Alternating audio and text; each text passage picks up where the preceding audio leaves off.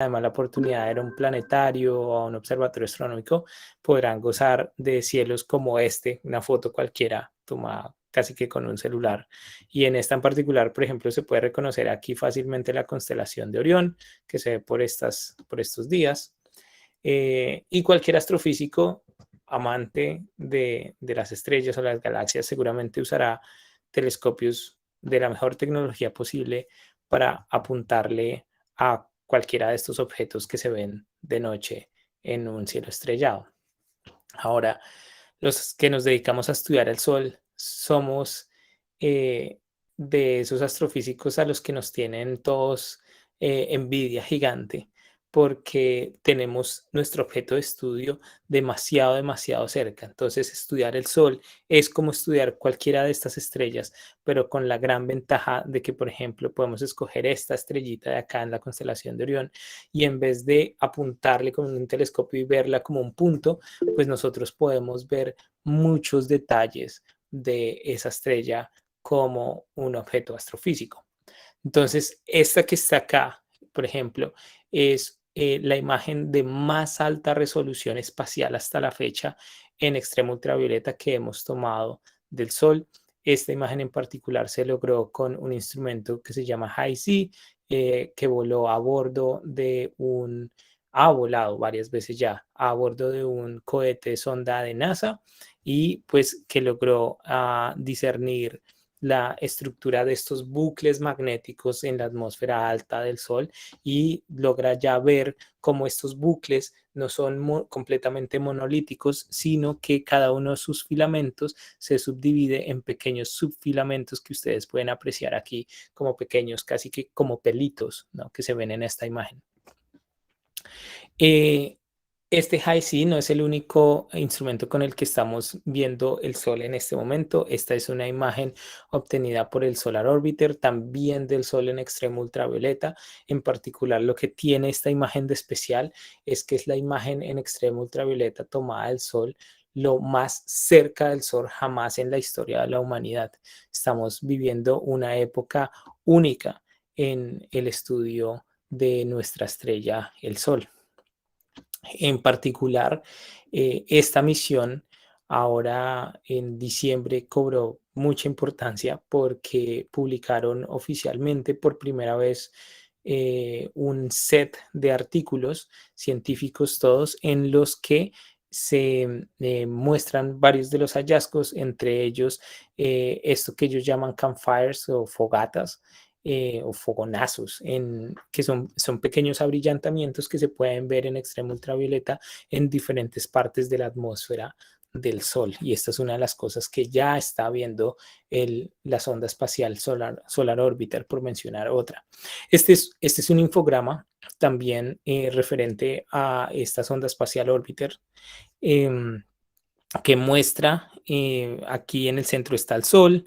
Ustedes se dan cuenta aquí, hay varios círculos mostrando la distancia del Sol a nosotros. Nosotros estamos aquí a una unidad astronómica y esta línea, esta secuencia de datos que ustedes ven acá son datos obtenidos por detectores de partículas energéticas, electrones y partículas alfa, que son una combinación de protones, básicamente nucleones, que está a bordo de la sonda y que pues ha sondeado, literal, la sonda se llama sonda porque va a sondear, a tener datos in situ de cómo es el ambiente de partículas emitido por el Sol en el espacio interplanetario en nuestro propio sistema solar. Y aquí ustedes se dan cuenta que, por ejemplo, estos picos corresponden a una más alta emisión de esas partículas energéticas en el momento en el que la nave estaba pasando acá. Estoy empezando con mucha información, no se preocupen, vamos a irlo digiriendo. La razón es un momento, son unos años muy emocionantes para estudiar el Sol porque hay muchísimos instrumentos nuevos tomando datos que nunca antes habíamos visto. Así estamos viendo el Sol de verdad como nunca antes lo había observado la humanidad. Esta es una de las imágenes en también más alta resolución de disco solar, de disco completo, incluso más allá de alta corona o altas capas de la atmósfera solar, también en extremo ultravioleta, y ustedes se dan cuenta que estamos viendo todas estas estructuras que antes era difícil de observar, quizás solamente durante momentos de eclipse solar como esta, que también es una fotografía real. Todo lo que les estoy mostrando son datos, nada de esto hasta ahora son simulaciones o animaciones de ningún tipo. Esto es una imagen de un eclipse solar, momento en el que la luna se atraviesa en el camino óptico entre el Sol y nosotros como planeta Tierra, y podemos ver la luna apantallando las partes más brillantes del Sol, momento en el cual podemos ver todas las estructuras de las capas altas del Sol. A esto, que esta estructura tipo corona se le llama justamente la corona solar. Y aquí ustedes pueden ver estructuras enrojecidas. Esto hace parte de la cromosfera, de la zona de transición también, que es plasma mucho más que es plasma caliente, pero mucho más denso, que está cerca en capas más bajas de la atmósfera, pero son súper brillantes.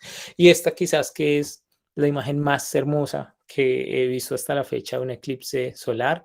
Esta imagen fue capturada en Chile en el último eclipse total que se vio allí, y pues ustedes pueden ver cómo la corona solar en efecto no se limita aquí, sino que se extiende y abarca pues todo el sistema, todo el espacio interplanetario en el sistema solar. El Sol, entonces, así no es para nada una esfera de gas tranquila e inmutable. El Sol tiene una dinámica, y esa dinámica no es constante a lo largo del tiempo, sino que cambia, y cambia con una periodicidad de 11 años. Este es otro infograma que me gusta mucho, que sacaron en conmemoración de los 25 años de observación solar de la nave SOHO.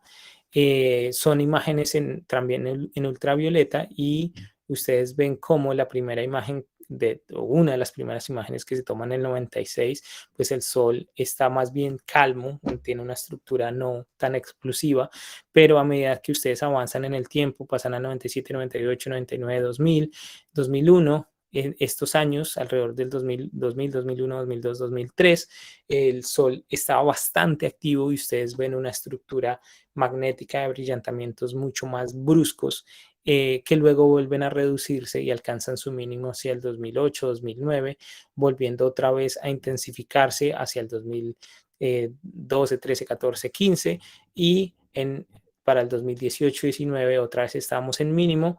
2020, 2021 y 2022 ahora estamos empezando a vivir otra vez un máximo de actividad magnética solar. Entonces, eso es lo que se viene. Entendamos un poquito el Sol como sistema físico. Entonces, el Sol es una estrella como cualquier otra. La característica y la importancia que tiene para nosotros es que está realmente cerca del planeta Tierra, y es la fuente de energía y vida en el planeta, la vida así como la conocemos. Pero al ser una estrella, entonces hablemos de qué tipo de estrella es. Es una estrella de tipo espectral G2Y. Eso en español quiere decir que es una estrella más bien enana amarilla. El hecho de que esté en el grupo 5 espectral significa que es una estrella que alcanzó su madurez y un equilibrio hidrodinámico. Eso quiere decir que no se contrae, tampoco se expande, sino que las fuerzas que hay en ella hacen que mantenga un equilibrio, una estabilidad. Esas dos fuerzas siendo la caída gravitacional, que la trata de comprimir todo el tiempo, y una fuerza hacia afuera, que es una fuerza debido al gradiente de presión debido a todos los diferentes procesos que ocurren dentro de la estrella, principalmente procesos de tipo termonuclear. La composición de esta estrella, de nuestro Sol, entonces sabemos que en masa corresponde a una gran mayoría de hidrógeno, un 74%, un restante 24% será el helio, y el 1 o 2% restante es una combinación de todos los otros elementos que están en la tabla periódica del litio para allá. Eh, entonces, bien poquitica esa composición de sistemas pesados, de elementos pesados, pero es más o menos lo que se ve también en otras estrellas del mismo tipo espectral en el universo. La energía entonces se produce mediante fisión nuclear en el centro, principalmente por la cadena protón-protón y el ciclo CNO. La energía que es liberada en el interior del Sol tiene pues que transportarse. Los mecanismos usuales de transporte energético van a ser los tres mecanismos típicos que vemos en ciencias: radiación, convección y conducción, pero principalmente estas dos primeras, radiación y convección. La temperatura, este es bien importante. Los modelos estelares acomodados a los parámetros del Sol nos indican que la temperatura es máxima en el interior del Sol, alcanza unos 15 millones de grados de temperatura. Luego esa temperatura empieza a disminuir en el interior hasta que en su superficie, definimos la superficie como ese límite que nosotros podemos ver con nuestros ojos. A ese límite, esa superficie del Sol le llamamos fotosfera, pero es un límite conceptual, no es una superficie en sí misma. El Sol no es duro, es una esfera de gas, es simplemente un límite teórico que nos sirve para estudiarla mejor. Allí la temperatura es mínima, alcanza unos 6.000 grados, entonces recuerden, pasa de unos 15 millones en su interior y disminuye hasta que alcanza la superficie una temperatura mínima de unos 6.000 grados. Luego hablamos de que la corona, esa estructura bien bonita que vemos en los eclipses, tiene nuevamente unas temperaturas del orden de 5 o 10 millones de Kelvin, depende de lo que es de la actividad magnética que esté ocurriendo. Pero entonces vean que la temperatura vuelve a aumentar y vamos a volver sobre ese hecho en un par de diapositivas. La edad del Sol como estrella es una estrella madura, está en la mitad de su vida útil, apenas tiene unos 5.000 millones de años de vida y le restan otros 5.000 millones de años más.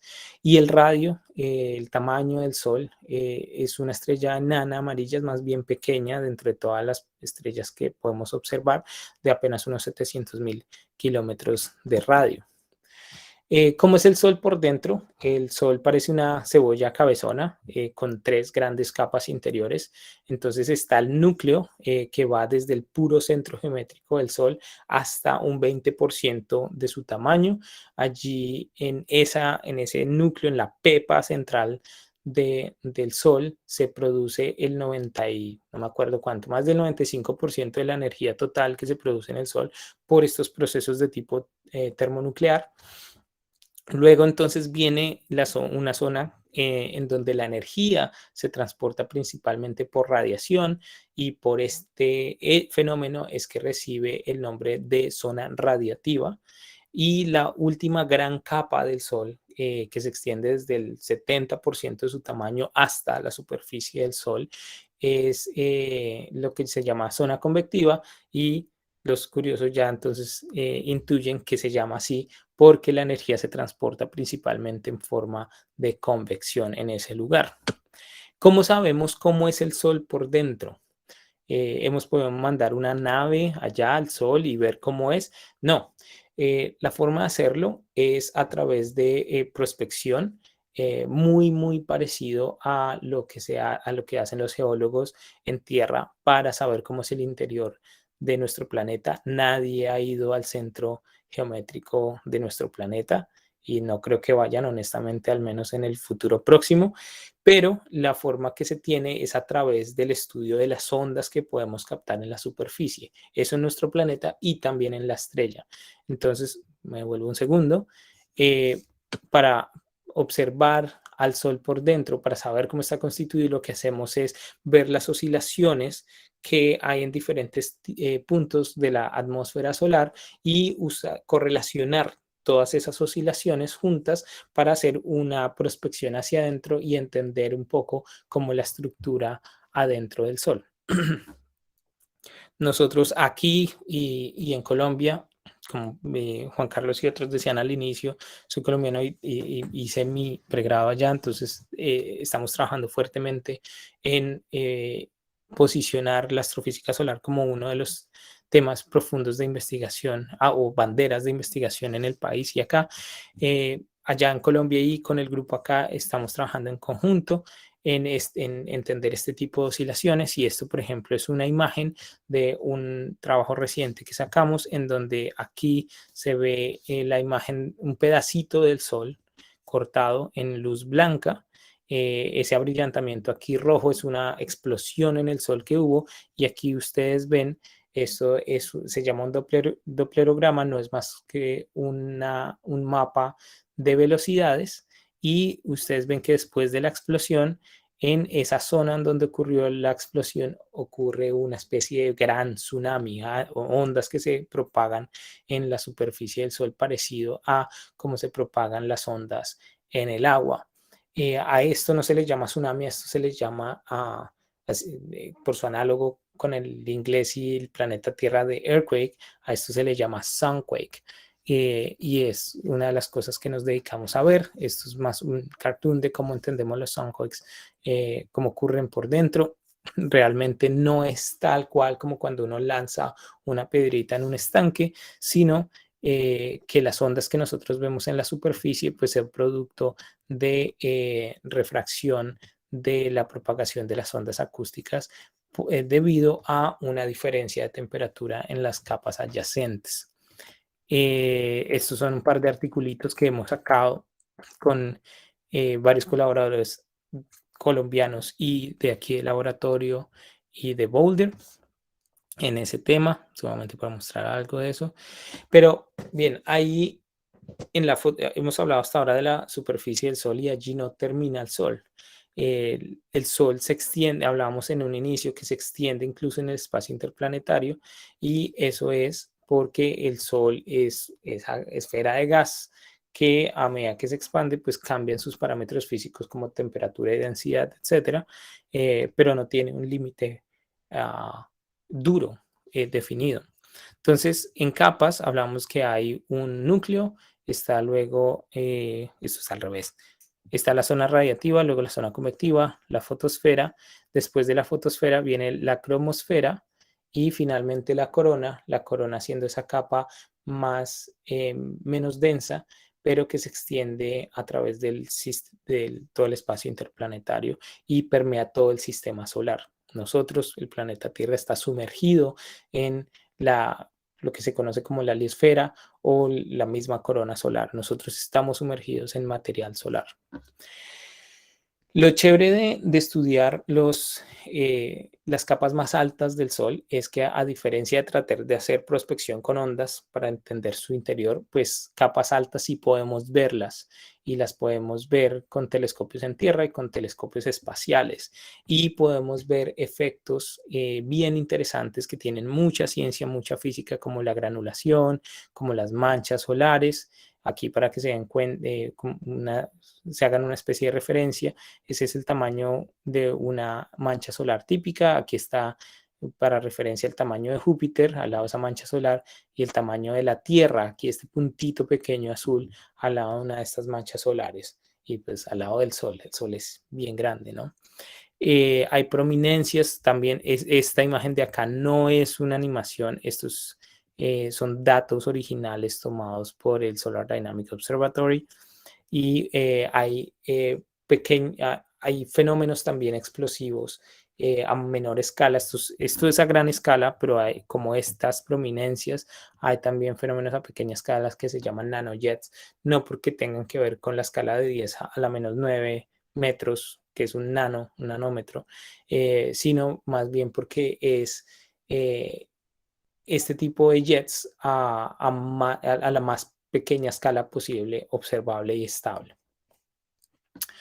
Hablábamos hace un rato de que el Sol no mantiene una misma actividad constante en el tiempo, sino que cambia en lo que cada 11 años en lo que se conoce como el ciclo solar.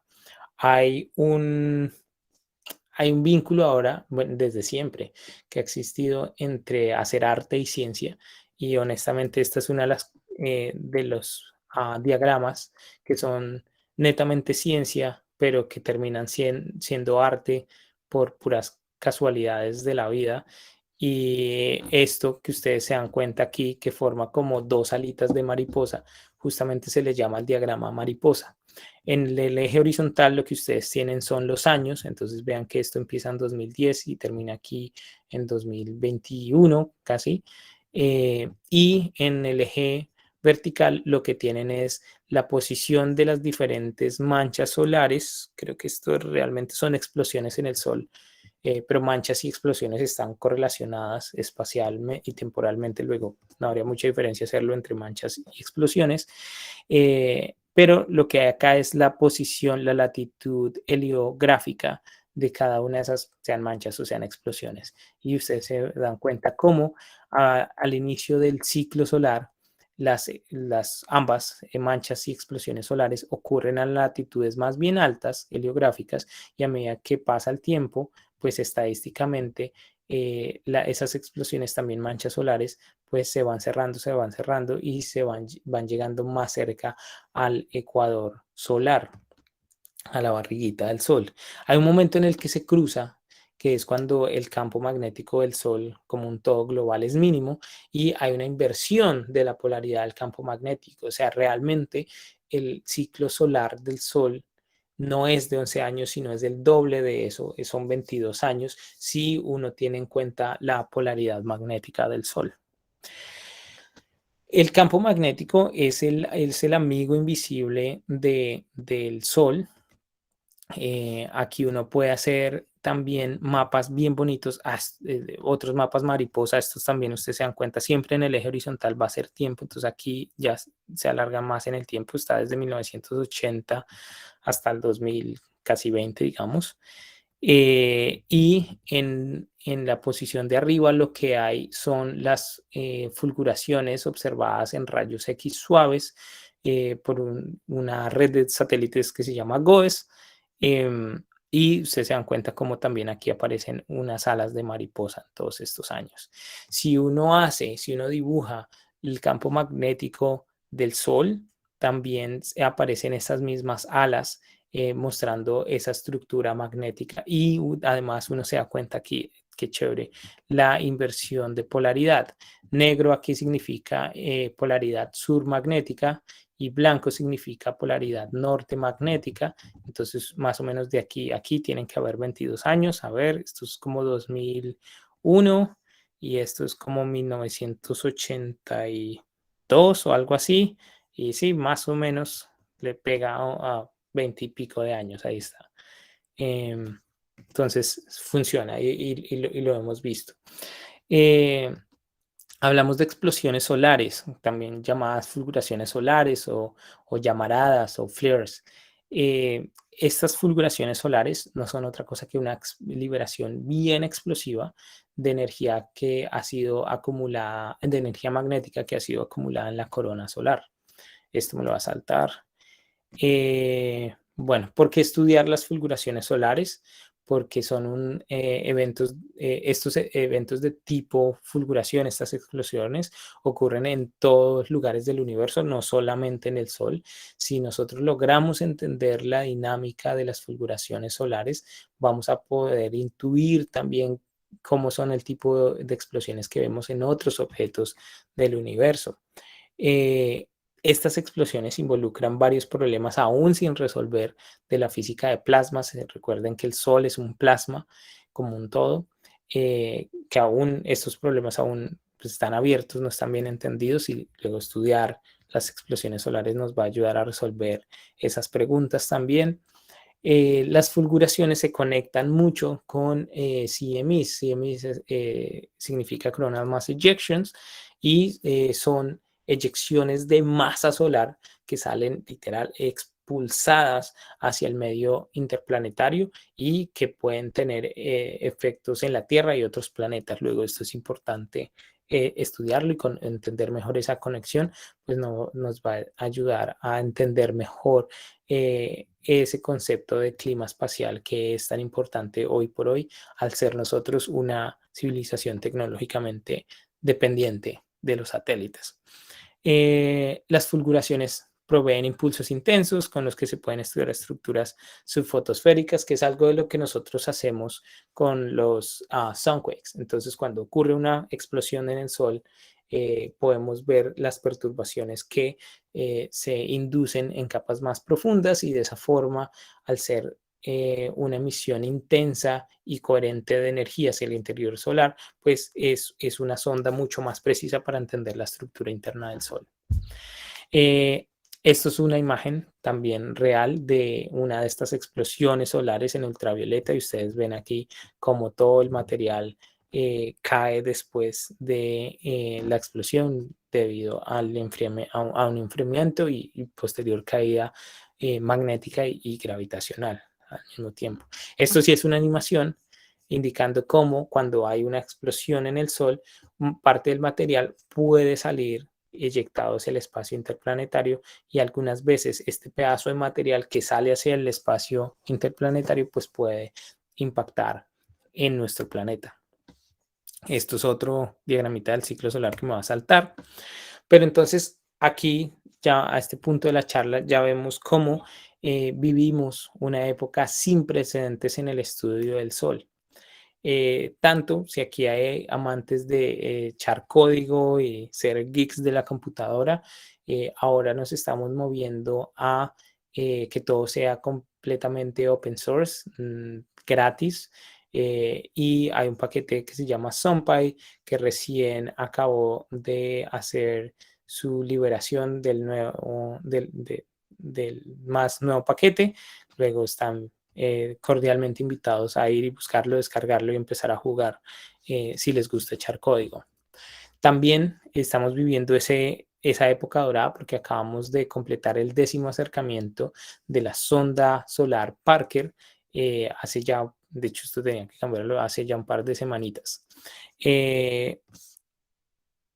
Esto es uno de los acercamientos, el acercamiento más reciente de la sonda solar Parker al planeta Venus. La razón por la que esta sonda puede acercarse tanto al Sol es porque ha tenido varias asistencias gravitacionales, se le llama, de Venus. Entonces la nave se acerca a Venus y coge impulso de Venus básicamente para frenarse. Y al frenarse, pues la órbita se vuelve más excéntrica, más alargada y de esa forma, pues puede, en sus perihelios puede acercarse más al Sol. Y esto es simplemente una animacioncita del momento en el que pasó por Venus.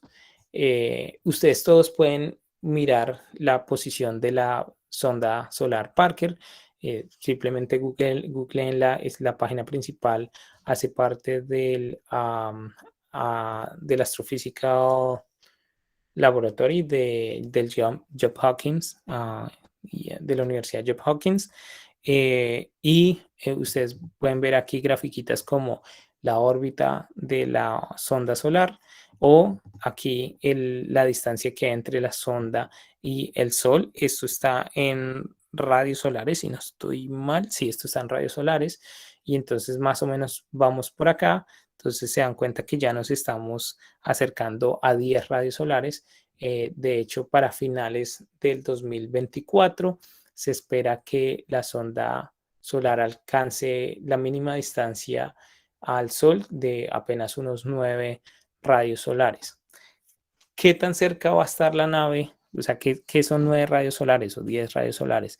Pues para que se hagan una idea, este infograma me gusta mucho porque aquí muestra en amarillo un pedacito de la órbita de la Tierra alrededor del Sol. El Sol estaría aquí, ¿sí? Y de manera que la distancia que entre el Sol y la Tierra, lo que estándarmente, de forma estándar se conoce en astronomía como una unidad astronómica, pues es esta distancia aquí en blanco y la distancia entre la sonda solar Parker y el Sol en su máximo acercamiento, pues va a ser este pedacito acá, que sacado a escala, pues es como si la nave estuviera aquí en este puntito y de hecho es tan pequeñita la nave, es del tamaño de un carro pequeño, de un taxi pequeñito. Y esta es tan pequeña que pues aquí toca hacerle un acercamiento y esta es la nave que se lanzó en, no me acuerdo el mes, si fue agosto o septiembre del 2018. Estas son fotos literales de la sonda antes de introducirla en el cohete y aquí cuando ya la estaban introduciendo en la carga útil del cohete. Y aquí está mi supervisor de tesis, Stuart Bale, con uno de los instrumentos que va a bordo de esta nave. Este instrumento es una de las 5 antenas que hay en la sonda solar. Esas antenas están dobladitas acá. Aquí pueden ver una. Esta de acá, si alcanzan a ver este pedacito de metal acá, es este mismo pedacito de metal que está aquí sobre la mesa. Y esas antenas luego cuando ya la nave alcanzó el espacio, pues se desplegaron. Son antenas de 2 metros, de 2 o 4, no me acuerdo, creo que 2 metros de largo, y juntas pues pueden estudiar los campos eléctricos y magnéticos en cada una de las locaciones en donde se encuentra la nave. Y pues lo mejor de las misiones espaciales, o uno de los mejores momentos, es el lanzamiento. Entonces aquí está el lanzamiento. De nuevo no me acuerdo si fue agosto o septiembre, seguro, pero seguro fue del 2018. Esto fue desde Caño Cañaveral y pues fue bastante chévere. Yo me perdí ese lanzamiento por estar en otro lanzamiento. Y aquí está Eugene Parker, es el científico. Esta es la primera nave que se nombra en honor a un científico vivo, y este hombre fue pionero en introducir los conceptos teóricos de viento solar y de nanofulguración, entre otras cosas. Este hombre ha hecho bastante. Uno de los primeros hallazgos de la sonda solar Parker son los latigazos magnéticos en la corona solar. Es una cosa más o menos como esta. Entonces imagínense la sonda solar pasando por diferentes lugares del espacio interplanetario, y lo que se ve es que los campos magnéticos no son una línea tranquila, sino que son realmente latigazos o switchbacks, como les llaman de forma estándar en inglés. Y esto pues parece ser, está de alguna forma ligado a movimientos de tipo convectivo, pequeñas explosiones o turbulencia que ocurren en capas más internas del Sol. Esta gráfica me lo va a saltar, pero esto es como, o sea, esto de acá es una animación, claramente es una animación, nosotros no podemos ver la nave, pero podemos inferir esta estructura a partir de figuras como esta, plots como este. Aquí está el momento en el que se lanzó la Parker. Ustedes ven en azul está la órbita de la Tierra, en amarillo está la órbita de Venus, en gris la órbita de Mercurio, y ustedes ven cómo, pues en efecto, la órbita de la Parker Solar Probe obedece las leyes de Kepler. Entonces se mueve en elipses, y cuando está en apohelio tiene una velocidad tangencial más pequeña, se mueve más lento, y cuando se acerca al Sol, está en perihelio, tiene una velocidad tangencial más grande. No es la única sonda solar, la Parker. Hablamos hace un rato también de la Solar Orbiter, que también esta se lanzó en, es que por la pandemia estoy confundido, no, seguro, en febrero del 2020, pero no me acuerdo febrero qué, creo que fue febrero 4. Y esta también se va a acercar bastante al Sol, no tanto como la Parker. Creo que esta se acerca como a 23 rayos solares, creo que es el máximo acercamiento, o 30 y pico, es el dato tengo, pero de 20 a 30 rayos solares. Como referencia, la Parker se acerca hasta 9 incluso. Pero esta lo que tiene especial es que se va a salir del plano de la eclíptica. El plano de la eclíptica es el plano en el que están todos los planetas en el sistema solar. Y esta nave se va a salir. Luego vamos a observar a los polos del Sol por primera vez.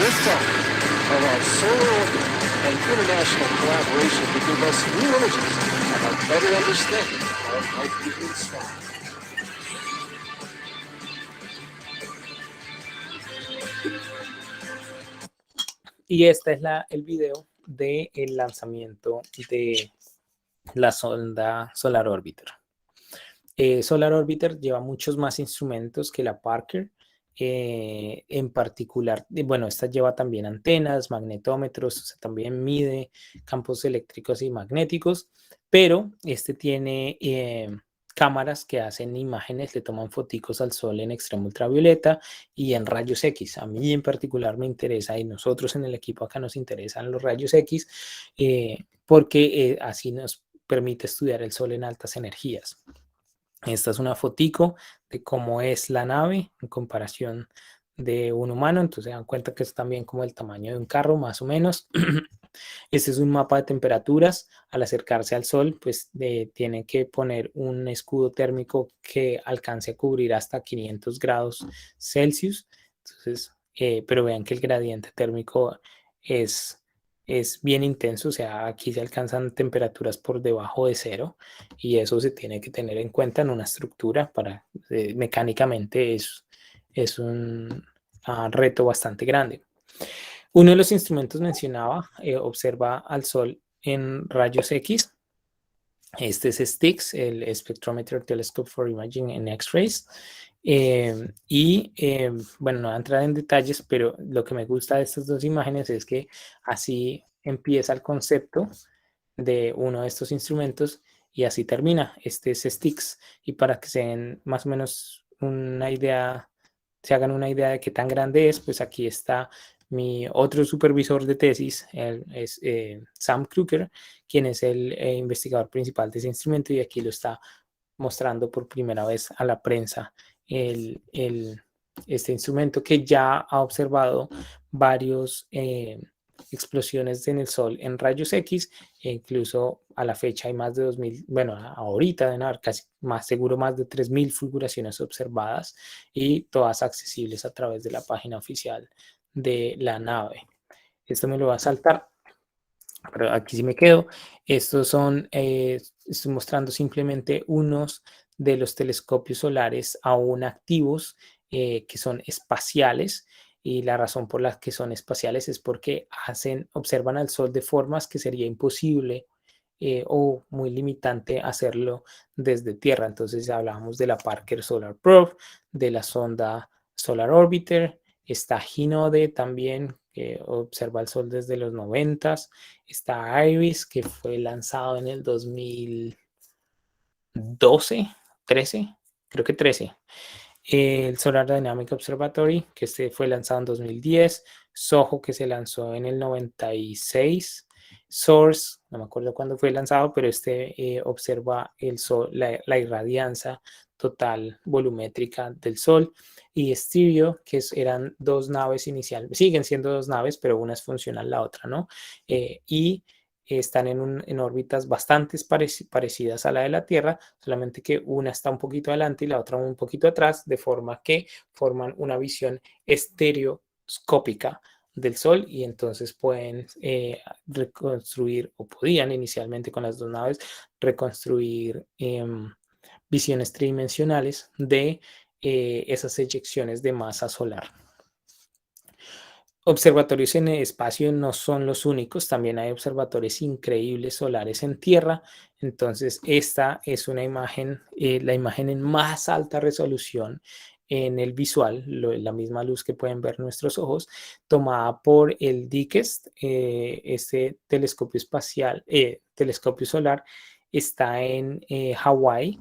Y esta imagen, para que se den una idea, alcanza a tener resolución tal que es un tamaño, una ciudad como Manhattan podría verse como un puntito acá. Entonces ya tenemos por primera vez en el visual resoluciones que nos permitirían distinguir una ciudad, no voy a decir una ciudad, pero sí objetos tan grandes como una ciudad entera en la superficie del Sol. Lo chévere es esto que está aquí, no es una animación, esto es real.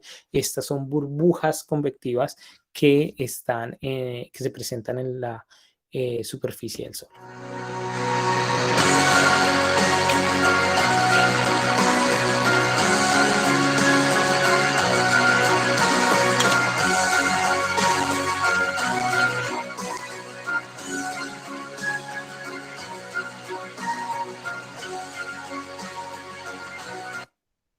Y este es el tipo, un videito pequeño que muestra la cúpula donde se tiene el telescopio. Es el telescopio más grande solar en la historia. Tiene un espejo primario de 4 metros, que es increíble. Apuntarle al sol con un espejo de ese tamaño, pues nos permite generar imágenes con la resolución que ya les acabo de mostrar. Y esta es una de las imágenes también más bonitas que se volvió famosa el año pasado durante San Valentín, pues porque tiene forma de corazoncito. Y esta también es una imagen real, imagen real retocada del sol tomada por Dickes. Dickes es el más grande, pero no es el único. Hay otros telescopios solares en tierra, entonces está el Big Bear Solar Observatory, que está al lado de un lago aquí en California. También ve el sol en visual, en lo que ven nuestros ojos. Está IOPSA, que es una red de antenas. Ahorita se me olvida cuántas antenas, creo que son como 14 antenas, que en conjunto hacen radiointerferometría y observan también al sol con gran resolución gracias a la correlación que se hace con los tiempos y luminosidades de las antenas. Está el Dawn Solar Telescope en Nuevo México. Está el Félix Aguilar, este telescopio es maravilloso, está en Argentina, para que viva Latinoamérica. Está el GONC, que son 6 estaciones en estos containers acá, y tienen helióstatos afuera que hacen seguimiento del sol y tienen mesas ópticas aquí adentro, que no se ven obviamente, pero que descomponen la luz del sol para generar mapas de velocidad y mapas magnéticos de toda la superficie del Sol de forma continua. Está LOFAR, que es también un radiointerferómetro. Este está en Irlanda. Este se estrenó ya hace como 3, 4 años y es brand new. Y está también proveyendo datos en radio nunca antes observados por el Sol. Está el Meudon Observatorio, no sé cómo se dirá observatorio en francés, pero el observatorio de Meudon en Francia, y Noveyama también un radiointerferómetro en Japón. Este es el tipo de datos que se pueden observar del Sol en radio, entonces no son imágenes como tal, pero a esto se le llama un espectrograma, y aquí lo que se tiene es tiempo. En el eje vertical está la frecuencia y el mapa de color le da a uno la intensidad, y así es como se ve una explosión del Sol en radio. También se pueden hacer imágenes, entonces en gris aquí debajo está una imagen en ultravioleta, un pedacito de sol, y estos contornos de aquí son contornos en emisión en radio debido a una explosión del sol. Para que se hagan una idea, ese es el tamaño de la Tierra comparado con cada una de estas emisiones en radio. Son emisiones muy intensas, compactas, asociadas a explosiones en el sol. ¿Qué más viene? En particular para nosotros aquí en el equipo se viene el cuarto lanzamiento de FOXY. FOXY es un instrumento que observa el Sol en rayos X y que ha volado ya 3 veces exitosamente como parte de la carga útil de un cohete sonda de NASA. Y este cuarto vuelo, lo que esperamos es que sea un vuelo optimizado para la observación de una explosión solar. Entonces, antes, los 3 vuelos lo que hemos hecho es, se lanza el cohete y se apunta al Sol y se captura al Sol como esté ocurriendo, lo que esté mostrando en ese momento. Ahora, para el cuarto vuelo, lo que queremos hacer es tener el telescopio listo, tener el cohete listo para el lanzamiento. Se va a hacer conteo regresivo y todavía no se ha decidido cuándo, pero digamos faltando 1 minuto para el lanzamiento se hace un hold, se sostiene el reloj y inmediatamente se empieza a hacer seguimiento de la actividad solar, y en el momento en el que veamos que el Sol está presentando una explosión, ahí reactivamos el reloj de conteo y se lanza el cohete, y la idea es que el cohete pueda observar en rayos X una explosión solar con esto que es tecnología de punta para observación de rayos X solares. Esto fue propuesto en el 2000, no me acuerdo, 19, en una carta blanca, y pues ya se aceptó y vamos a lanzar en la semana del 30 de marzo del 2024, que curiosamente cae para uno de los perihelios, el perihelio 19 de la sonda solar Parker. Vamos a lanzar no solamente Foxy, sino también otro cohete que se llama HiZ, que es, de hecho, de la segunda diapositiva que hoy les mostré, es el cohete que logró la imagen con más alta resolución en el extremo ultravioleta hasta la fecha, de manera que lanzamos estos dos cohetes al mismo tiempo para observar lo que ocurre en una fulguración solar muy cerca a la superficie del Sol, mientras la Parker Solar Probe observa lo que esté ocurriendo en capas más altas de la corona solar. Ya estamos trabajando duro en eso. Esto es un time lapse de trabajo que empezamos a hacer apenas hace un mes, eh, midiendo básicamente qué tan redondo era todavía lo que se llama la piel del cohete, para ver si la podemos reusar. Este de aquí es uno de los detectores nuevos que vamos a usar y que queremos poner en el cohete. Este se llama TimePix, y es un detector que originalmente se diseñó para captura de partículas energéticas en el CERN, en el Gran Acelerador de Hadrones en Suiza. Pero ahora lo queremos meter en este cohete. También se están diseñando estos que son atenuadores de microfabricación. Cada uno de estos huequitos tiene un espesor de fracciones de micras, lo cual es un reto gigante, pero ya estamos trabajando en esto. Estamos trabajando también en radio. Estos son trabajos que se han hecho en Colombia. Este es un telescopio que hay en Colombia haciendo medidas de radio solar. Estos son el tipo de datos que se obtienen. Esto para mostrar el tipo de cosas también que se pueden hacer en países como el nuestro, países latinoamericanos. Este es otro telescopio en radio solar. El nombre se lo puso el estudiante, por eso se llama el IMFR11GSHZ, que es horrible el nombre, pero es un interferómetro tipo Michelson. Y este telescopio, que aquí se va a mover, creo.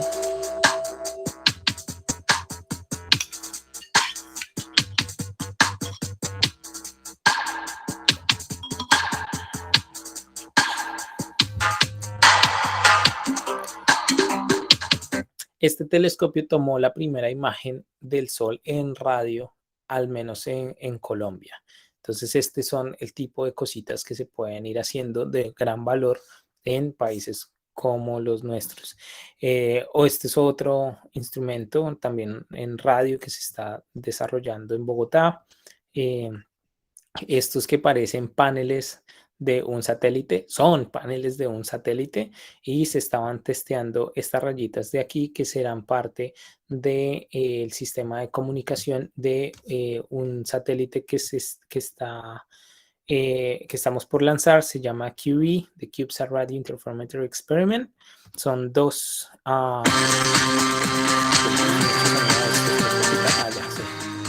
son dos satélites con antenas configuradas, con 4 antenas configuradas mentira, 5 antenas en esta configuración, y haciendo interferometría. Aquí, por ejemplo, estamos armando con Juan Carlos Martínez, otro astrofísico latino aquí en el laboratorio, una de las antenas que va a hacer comunicación con estos cubos satelitales que están próximos a lanzarse. Se supone que en un par de meses se tienen que lanzar. Aquí estamos trabajando también en los primeros pasos de Padre. Padre se llama la misión, pero no me acuerdo. Es Polarization, no me acuerdo. Polarization Directivity Radio Experiment, creo que es lo que significa. Y es un cubo satelital que acaba de ser financiado por NASA y cuyo investigador principal es Juan Carlos Martínez, el que está aquí. Creo que es el primer investigador principal colombiano, no sé si latino, de una misión NASA solar, lo cual es para celebrar. Bueno, no es lo único que está pasando. Casi que en este mismo instante se está planeando ya lo que será, lo que se espera sea el siguiente gran arreglo de antenas solares para observación en radio. Em, fue sugerido con mucha fuerza en el último review de la década de los planes de la National Science Foundation, que es como el ente más grande de ciencia en Estados Unidos, y pues se está discutiendo qué rayos se va a hacer con eso. También se está discutiendo cuáles son los pasos que se vienen para una futura misión espacial en altas energías del Sol. Esto es lo que más o menos se tiene en mente. El hecho de que el satélite esté aquí rayado y borroso es porque no sabemos con exactitud qué va, pero más o menos se tiene una idea. Entonces se sabe que se van a usar espejos de enfocamiento directo, detectores de alta tecnología en rayos X suaves y duros, etcétera.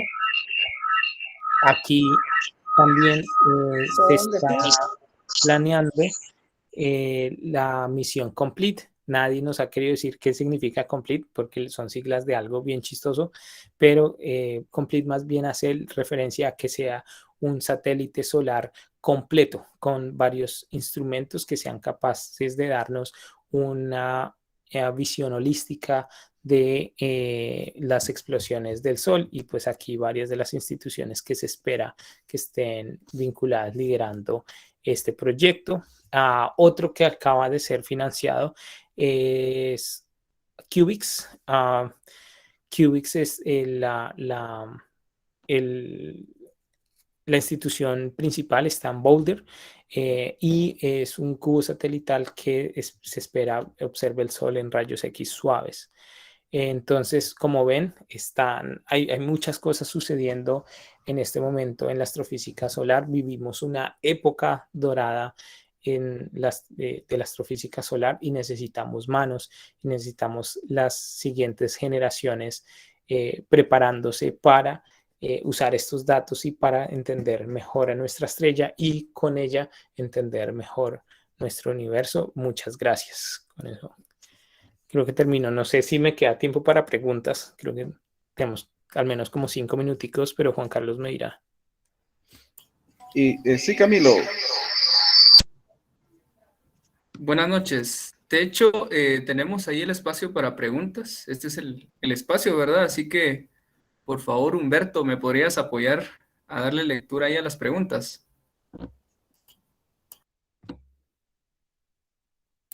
Claro, Luis, ahorita vamos. Vamos a ver. No hay problema, ahorita vamos a darle lectura a las preguntas acá. Ya tenemos algunos comentarios acá por el chat de Camilo, mucho gusto. Excelente disertación. Gracias, Juan. Tenemos por acá, vamos a ver. Por acá, permítanme un momentito. Tenemos acá una pregunta de Luis Miguel. Él comenta, cuando existen cambios profundos en el ciclo escolar, nos dice él, ¿los efectos son notables en la temperatura ambiente de la Tierra? Pregunta Luis Miguel. Por favor, Camilo. Sí, cuando hay cambios, o sea, lo que se entiende, espero contextualizo la pregunta un poco. Ahora, con todos los retos que trae el ya conocido y aceptado cambio climático, una de las preguntas que hay es cómo la actividad magnética influye en la temperatura global de la Tierra. Y es una pregunta a la que ya se le ha dado respuesta. Se conoce muy bien cómo en efecto la actividad magnética del Sol, el ciclo solar del Sol, tiene una correlación directa, causal, con la temperatura global de la Tierra. Ahora, las diferencias en la temperatura que están correlacionadas con cambios en la actividad magnética del Sol están por debajo del 1%. Y son cambios que se conocen y son cambios que han sido continuos al menos por siglos. Sin embargo, hay quienes, algunos, se aventuran a tratar de extrapolar en el pasado y también hacia el futuro posibles efectos de cambios del campo magnético a mayor escala en tiempo sobre la temperatura de la Tierra. Entonces han habido un par de resultados interesantes incluso. Uno que me llamó la atención, que se publicó en Science Reports hace como 2 años, no sé si lo tengo a la mano, mientras hablo lo voy buscando, si lo encuentro se los muestro, en donde se proponía que cambios grandes en el tiempo del campo, en donde se proponía básicamente el concepto principal era que el campo magnético del Sol estaba dominado por 2 dipolos magnéticos. En este momento, lo que es ampliamente aceptado en la comunidad científica es que es un solo dipolo, pero hay una científica que proponía que eran 2 y con la combinación de esos 2 dipolos magnéticos lo que ella lograba demostrar es que habían unos cambios en la actividad magnética del Sol en escalas de tiempo de milenios y de centenas de milenios.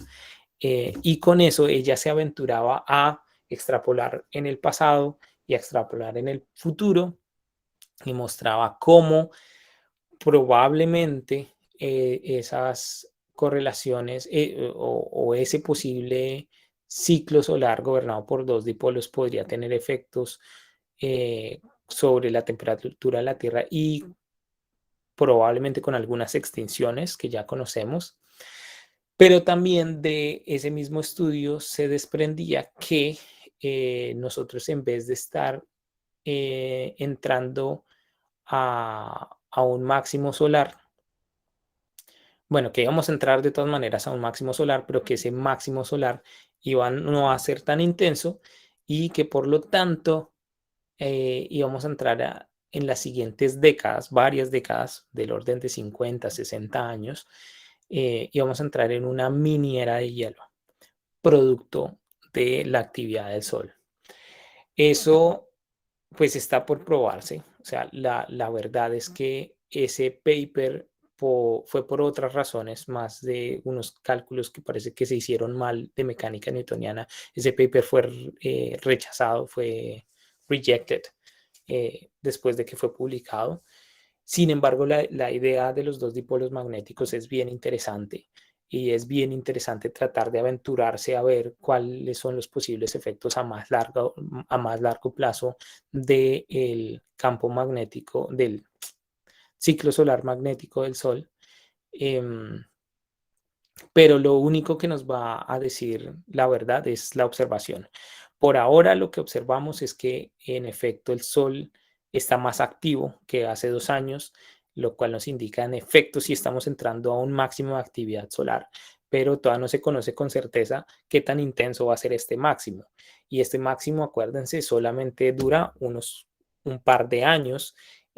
Luego, realmente si estamos entrando en una era de hielo, aquí me refiero a una era de menor actividad solar a largo plazo, pues eso solamente lo vamos a saber en varias décadas, viendo que los máximos de actividad solar en las siguientes décadas no sean tan máximos, si es que esta señora tiene razón. Ahora, ella es una de los bien poquitos científicos que se aventura a hacer, a pensar por fuera de la caja en este sentido, pero lo comúnmente aceptado es que sencillamente las siguientes décadas van a ser más bien estándar y los picos de máxima actividad van a ser los que seguimos viendo. Luego, el efecto de la temperatura en la Tierra debido al los cambios magnéticos en el Sol pues van a estar por debajo del 1% y que si entramos en un calentamiento global, en un cambio climático general, pues es debido precisamente a la actividad humana. Eso como para responder un poquito en esa pregunta que es bien, bien interesante.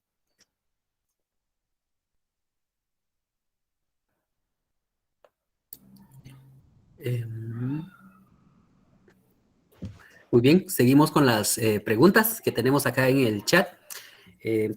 Mayra Castillo, pues, comenta que le llama la atención. Primero felicitarlo, lo felicita por la conferencia y dice ella que, vamos a ver, por acá está. Permítame un momentito. Felicitaciones por sus logros, dice Mayra. Y nos pregunta, acá, permítame un momentito, Camilo. Tranquilo. Vamos a ver, acá saca la pregunta de Mayra. Dice, me llama la atención cuáles son las condiciones que tendría que tener un telescopio solar en la Tierra, decía. Sí, pregunta. Mayra Castillo. Sí, no, las condiciones, que casi que cualquiera de nosotros, vean, cualquiera de nosotros ya tiene un telescopio solar en Tierra y esos son nuestros ojos, con las precauciones debidas. Entonces, cualquiera de nosotros simplemente puede ir y comprar unas gafas de eclipse solar. Prefiero decir de eclipse solar y no solares porque gafas de sol se llama las gafas oscuras que usa uno en la playa, pero no, son estas gafas de tipo eclipse, y ya poniéndose solamente esas gafas ya es seguro observar al sol, y eso ya es un sistema óptico bien complejo que ya cuenta como telescopio, está colectando luz y registrando una imagen o generando datos. En ese sentido, poner un telescopio en tierra solar, la limitante es qué tanta luz solar atraviesa la atmósfera para que nosotros la podamos colectar en tierra. Entonces, por eso es que los telescopios en tierra son en el visible, que es lo que podemos ver, lo que pueden ver nuestros ojos, pero también en radio. Ahora, si se quiere poner si se quiere observar el Sol en rayos X, los rayos X, para fortuna de la humanidad y para fortuna de la vida de aquí en la Tierra, los rayos X son absorbidos por la atmósfera solar, luego no traspasan, no llegan al piso. Entonces, para poderlos observar es que tenemos que salir al espacio. Lo mismo si queremos ir y observar las partículas en altas energías ahí cerquita del Sol, pues tenemos que mandar algo allá. Pero, claro, hay otras muchas cosas que se pueden hacer aquí en tierra y la única limitante es la imaginación y el apoyo que se tenga. O sea, para todo esto se necesita algo de dinero, incluso para comprarla, o sea, lo más pequeño que es las gafas de eclipse. Si se consigue algo de apoyo, dependiendo del apoyo que se tenga en nuestros países, pues podemos hacer mejores y mejores telescopios en tierra para observación solar y de otros objetos astrofísicos. Entonces, limitantes, imaginación, creatividad, por eso los necesitamos a ustedes, la nueva generación. De hecho, ahora les comparto una página, ya la pongo una vez aquí en el chat, de un grupo de astrofísica en Centroamérica y el Caribe, que están súper activos y están constantemente poniendo oportunidades para las personas interesadas en astrofísica que hagan parte de países centroamericanos y del Caribe. Gracias, Camilo. Tenemos acá dos preguntas más. Una es de Luis Miguel Simón Marroquín. Él pregunta a qué se deben las explosiones solares, y Vivi de Ruiz pregunta qué posibles panoramas se estiman en el estudio del Sol. Son dos preguntas que creo que van de la mano. Por favor, Camilo. Entonces, las dos preguntas son muy buenas. ¿Por qué se producen las explosiones solares? Es básicamente por una inestabilidad magnética del ambiente solar. Eso es. Entonces, hablábamos de que el Sol no es una esfera de gas inmutable, sino que tiene una dinámica, es una dinámica magnética, y hay un empuje desde el interior del Sol de energía magnética. Esa energía magnética se va acumulando en las estructuras ya formadas magnéticas en la corona, esos bucles. Entonces ustedes se pueden imaginar esos buclecitos cerrándose, ¿sí? Pero hay empuje magnético que les va acumulando y les va acumulando energía. Yo a veces uso un, déjame ver, sí, aquí tengo un cable. Entonces, ese buclecito, imagínense que esto es un bucle magnético, ¿no? Y inicialmente, pues es bastante estable si es así pequeño, ¿sí? Pero ahora imagínense que desde adentro se está inyectando y se está inyectando y se está inyectando energía magnética. Entonces llega un momento en el que el bucle no es estable más tiempo en la configuración inicial que tenía, sino que hay un entorchamiento y ese entorchamiento, vean lo que pasa, hace que el campo magnético se reconfigure y haya un punto X aquí en la mitad de rompimiento del campo. Entonces, esta burbujita que se formó aquí arriba encierra plasma material solar y lo eyecta. Esto ya después de que se cruza se separa, entonces esta burbuja se eyecta hacia el espacio interplanetario y lo que quedó aquí abajo, vean qué es, lo que quedó aquí abajo es un buclecito más estable como el que teníamos inicialmente. Entonces se reinicia el proceso, entonces se reinicia, vuelve y se acumula, se acumula y se acumula energía. De hecho, este entorchamiento que yo hago del cable no es solamente didáctico, sino que en efecto el campo magnético en el Sol se entorcha, hay un twist y ese twist es el que va acumulando energía magnética y es el que finalmente hace que se rompa, se reconfiguran las líneas de campo magnético, generando así la explosión solar. Entonces así es como se producen. Y la pregunta de Vivi, ¿qué posibles panoramas se estiman en el estudio del Sol? O sea, te entiendo como lo que se viene. Muchas cosas. Resolver todas las preguntas que se tienen abiertas. Una de las grandes es el problema del calentamiento coronal y es que nadie sabe con exactitud por qué la corona está a 6 millones de grados, mientras que la superficie del Sol está a 6.000. O sea, en el Sol pasa algo contraintuitivo a lo que ocurre en la termodinámica. Y cuando digo termodinámica, no se asusten, es lo que ocurre cuando ustedes van a tostar masmelos en una fogata. Entonces, cuando ustedes están tostando masmelos y ya están muy acalorados, ustedes se alejan de la fogata. ¿Sí? Si aquí está la fogata, ustedes se alejan y la temperatura disminuye. En el Sol, aquí está el Sol y la temperatura no, cuando ustedes se alejan, la temperatura no disminuye, sino aumenta. Y aumenta dramáticamente, no un poquito, pasa de 6.000 a 10 millones de grados. Y nadie entiende por qué. Quizás el equipo, las personas, los experimentos que logren encontrar la respuesta exacta de por qué ocurre eso, ojalá algún día les den el Nobel o algo así, eh, porque realmente respondería a preguntas fundamentales de la física y quien quita nos ayudaría a dar nueva física para aplicaciones tecnológicas que nos sirvan a la humanidad. Eso es como por decir una de las cosas que se vienen, pero se vienen un montón y aquí es donde viene la invitación a todos ustedes que son las nuevas generaciones y los que están y van a seguir entrenando a las nuevas generaciones necesitamos personas que tengan todo el ánimo de desvelar los secretos más guardados del Sol y de los objetos astrofísicos porque hay muchos datos, hay mucho que hacer y es una comunidad abierta en la que pues haciendo ciencia es que vamos a poder sacar a nuestros países a una soberanía tecnológica completa, una independencia finalmente completa. Es a través del empuje tecnológico y científico y para eso están ustedes hoy acá.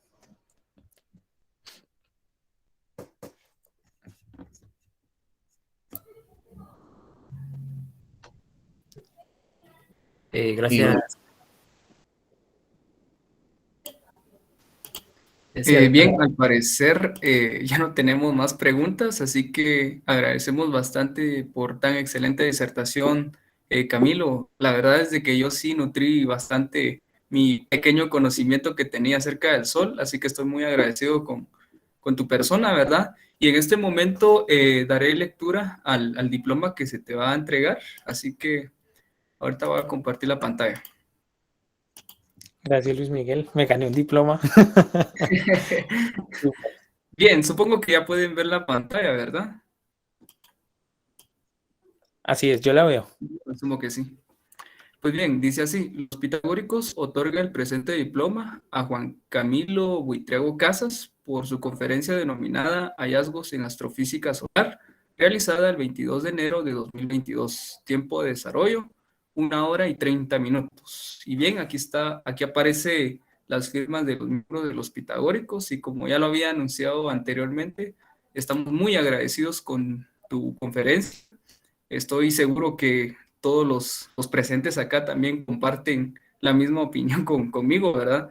Así que agradezco bastante por tu presencia. Esperamos tenerte en una próxima conferencia, en una nueva oportunidad.